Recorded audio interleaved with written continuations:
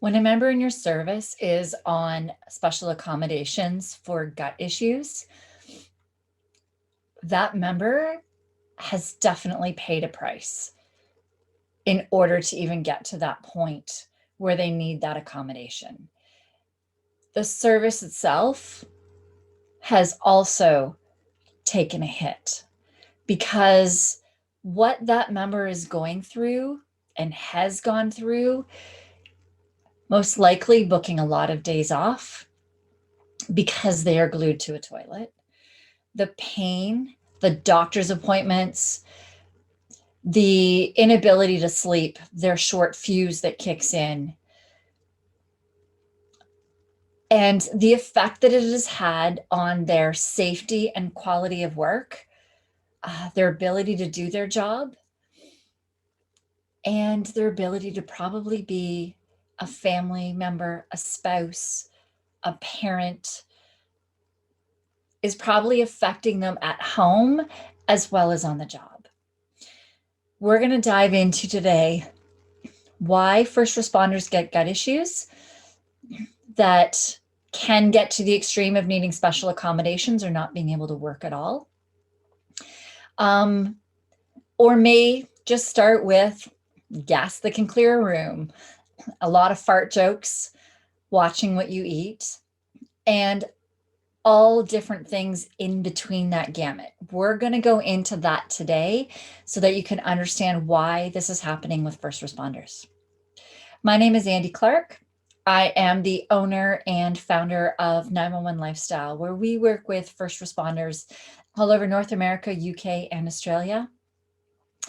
I started this business because my husband is an officer and I had gone through burnout, exhaustion, gut issues, motivation and drive, anger, short fuse, all kinds of symptoms because I have a genetic stress condition that keeps me always at a higher stress rate. And once I got myself out, I realized my husband's colleagues were struggling like I had. So I started helping.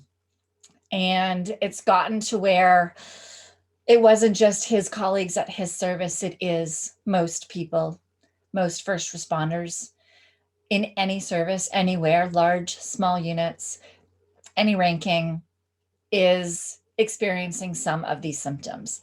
And that's what's gotten me to where I am working with those of you all over North America, UK, and Australia now.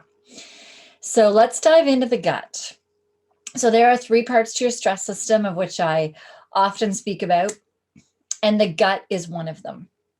Now, in order to dive into the gut, we really need to understand your nervous system. So every time that you are going to a call, your stress nervous system kicks in. Anytime that you're in a stress state, putting on your uniform, you're doing paperwork, if you're in a management role, if you're working up the ladder, you have more and more guys under you. And the more and more guys that are under you, the more stressors that are placed on you. You have to answer to those above you and be in charge of those under you who are most likely experiencing a lot of stress and burnout symptoms as well. And every time that they are in a stress state themselves, they are working that stress nerve. It gets to the point where they're working it all the time. That nerve is just like a muscle. The more you work it, the stronger it gets. And it becomes really quick to react. And with that, we find when you're mouth breathing in your sleep, when you're snoring, that is telling us that you are in your stress nerve. So when you're in that stress nerve while you're sleeping and on shift, 12, 24, 48, I know some of you do 96-hour shifts with the overtime with COVID happening right now, that your system is in your stress nerve so often that I'm going to ask you right now, how strong do you think your stress nerve is? It's pretty damn strong and it's quick to react. And when it becomes so strong and so quick to react, it overpowers your resting nerve. Your resting nerve is your rest and digest nerve. It's the one that allows you to move your colon so that it goes properly and you can have a good poop. It's the one that allows all your digestive enzymes and your stomach acids to do what they need to do in your gut. But every time you're switching into that stress nerve, it slows down your gut. The motility in your colon slows down. So we start getting where we get a lot of constipation, a lot of bloating and gas, and all of these things start filling up in your gut, making you uncomfortable, especially for those of you that are listening that are officers and you're wearing a vest. How does your vest feel at the end of your shift versus the start of your shift? That's going to let you know where your bloating is. If as your shift's going on, you're getting more and more bloated, that tells you that your stress nerve is most likely slowing down your gut and creating all this bloating. There's probably over time too, a lot of damage and deficiencies done to your gut. So we start getting gas that can clear a room. We start watching what we're eating because of the payback. We find vegetables quite often become very tough to digest. They come out the same way they go in. Meat, many of you maybe have been able to have the nicest, biggest, juiciest T-bone steak, and now just a small amount of it gives you a little bit of indigestion, gets that heartburn happening, and all of these things. So we start getting a lot of issues. We could get sugar cravings, carb cravings, where no amount of willpower, no amount of willpower at all will allow you to stop those carb cravings and sugar cravings. You could be maybe at one point in your life have been able to really stick to a really healthy, clean diet, and now there's no way that your body is allowing to do that. These are all signs that your gut is starting to act up. And if you don't deal with these symptoms, if you don't find out really what's going on in your gut, then it can lead to the point where you get major constipation, diarrhea or constipation mixed. That is usually actually just constipation, but your backup valve gets so backed up that the pressure in it sends a signal to your brain that says, if we don't release pressure here right now, we're going to explode. So diarrhea, you get diarrhea until the pressure decreases, not until your colon's empty, just until the pressure decreases. And then you go through constipation again until you need to release that pressure. So we end up getting those three things quite often. We get the sugar cravings, we get the moods. You start getting mid-sleep waking a lot. Whenever somebody tells me they're mid-sleep waking, one of my first questions is, how's your gut? So all of these things just start snowballing, one after the other after the other. And so if you ask the guys at your service, most of them are experiencing one thing or another. They're on proton pump inhibitors, which are prescription antacids. They're taking antacids over the counter, Imodium, all kinds of things. So if you were to check in, you would find out that it's not just the guys that are on accommodation because they need to be near a bathroom and they can't be on the road anymore. It quite often is a very large portion of your service that has some sort of gut issues in some way or another. Bloating, pain, indigestion, all of these things are linked to your gut and to your nervous system hitting in there. And so just understanding that if we don't nip this in the bud earlier on, then that gets to the point where somebody's career changes, their confidence in themselves, because there's shame. There's a lot of shame in that when you keep telling people that you can't go places because you can't go to the bathroom, because you need to be near a bathroom. Not being able to go out and eat with your colleagues or wanting to socialize with them. We start getting more depression, more anxiety. A lot of those things really tend to kick in, which ends up being more sick days, less quality time with your family, less performance on the job, less satisfaction in the job.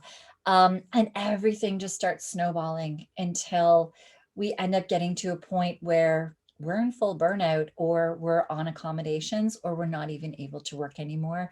And we've got major gut issues that start extending into gallbladder. So we hear a lot about gallbladders being removed, but a lot of that, if we start digging into the depths of it, they actually had gut issues to start with. They were having a lot of these things, and it precipitated to start to affect their gallbladder, their liver, their kidney. It can start affecting all of these other organs. So we find that if we don't go in and really fix these damages and these deficiencies in your gut, before they really dig into the point where they're completely affecting you on the job, then they just keep getting worse and worse. So there's absolutely ways that we can do this. We have a guy in our program for 25 years, have been diagnosed with IBS,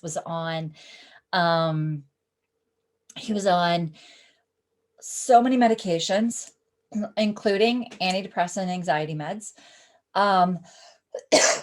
He always needed to know where there was a bathroom, and he did have to book off a lot. There was times he could not go into work because of his gut. He was in trials. He was with specialists trying to do everything. And when we started working with him, he did all of the extensive testing that we do offer. Not everybody needs all the testing, but because of the condition that his gut was in, he did. He did all of the testing. Once his results came back, and we got him onto a protocol that worked based on what was going on in his gut specifically, and we started really dealing with it, in 2.5 weeks, he had colleagues saying to him, "What's going on? You know, what are you doing?" And he's like, "What do you mean?" And they're like, "You're calmer. You're easier to talk to." They noticed a huge difference. His family, they kept saying they got their dad back. His sleep improved. He was able to be sleeping again and waking up with energy again. His depression and anxiety meds decreased.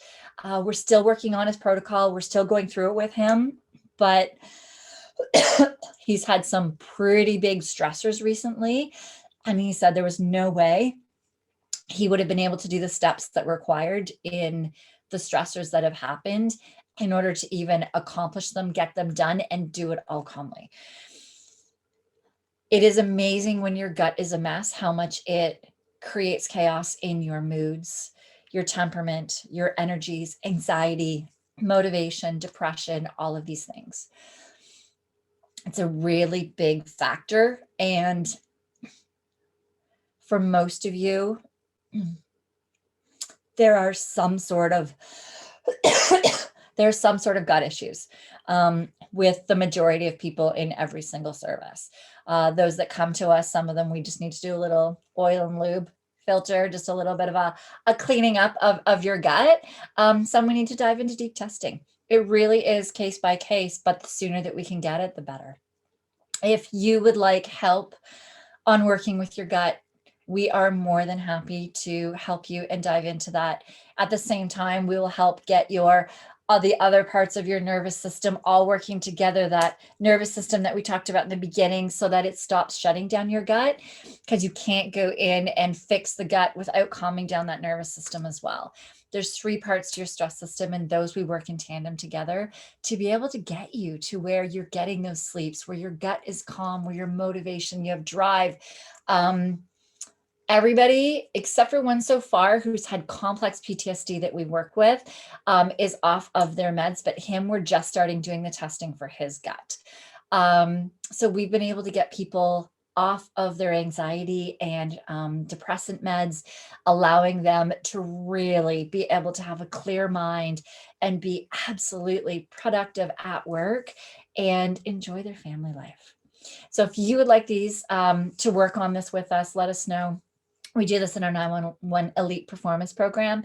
Email us, support@911lifestyle.com, and we will check and see if you are a candidate for best results.